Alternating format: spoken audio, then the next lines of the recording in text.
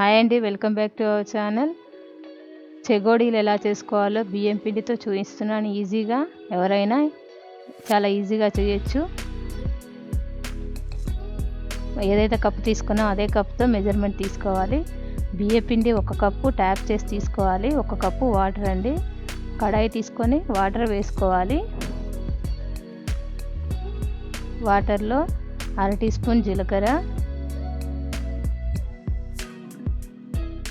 1/2 tea spoon వాము, పసుపు 1/2 tea spoon, కారము 1/2 టీ స్పూను,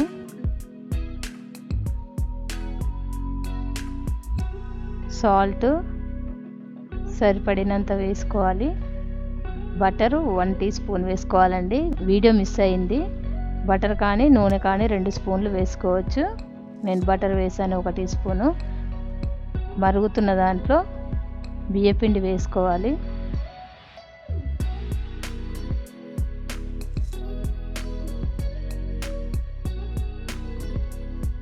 బాగా కలుపుతూ పొడి పొడిగా అవుతుంది. మొత్తం కలిపిన దాన్ని మూత పెట్టి 5 మినిట్స్ అలాగే వదిలేయాలి. ఇప్పుడు ప్లేట్లో వేసుకొని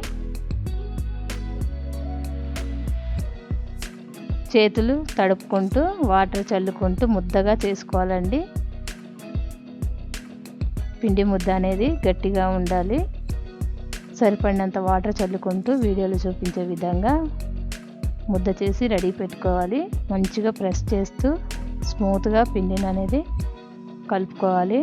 కొద్ది కొద్దిగా పిండి తీసుకొని చెగోడీలాగా పాముకోవాలి.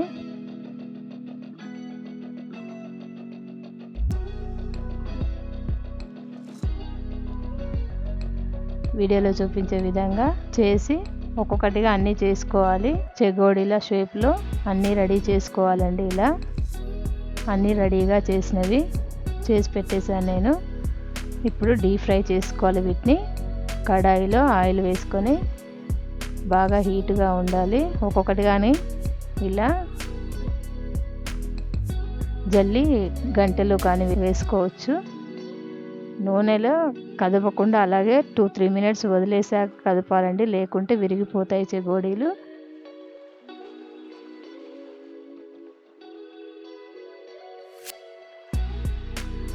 మంచిగా గలగల అనే వరకు వేగాక నూనెలో నుంచి తీసి పక్కన పెట్టేసుకోవాలి. టిష్యూలోకి తీసుకుంటే ఏదైనా ఆయిల్ ఉంటే పీల్చేస్తుంది. చూడండి, అన్నీ ఇలాగే వేయించుకుంటే చెగోడీలు ఇంట్లోనే మనం చేసుకోవచ్చు.